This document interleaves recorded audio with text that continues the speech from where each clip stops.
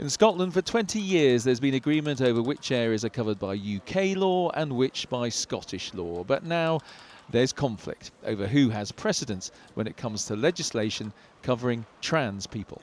The row is over a Scottish law which makes it easier for someone to get a gender recognition certificate, a document that allows you to change the sex on your birth certificate. People will be able to get a GRC at 16, not 18, and they would no longer need a medical or psychiatric diagnosis to do so. It also makes falsely applying for a GRC a criminal offence, punishable by 2 years in prison.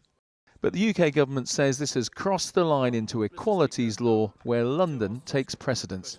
The government shares the concerns of many members of the public and civic society groups regarding the potential impact of the bill on women and girls. The bill also risks creating significant complications from having two different gender recognition regimes in the UK and allowing more fraudulent or bad faith applications. But the SNP deny that, pushing back, for instance, on the lowering of the age to 16. Is he seriously, after 300 years of different marriage ages and voting ages, suggesting there can no longer be legal or age differences north and south of the border?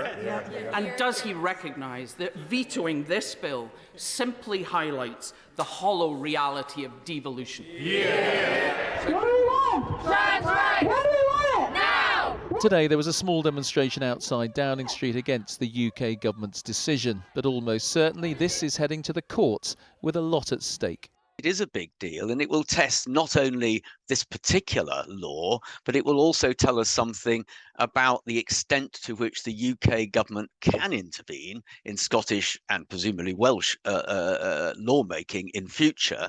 This row has flagged the question of who in the end governs Scotland, and the Scottish government is sure to argue it's another reason for an independence referendum. Andy Bell, 5 News.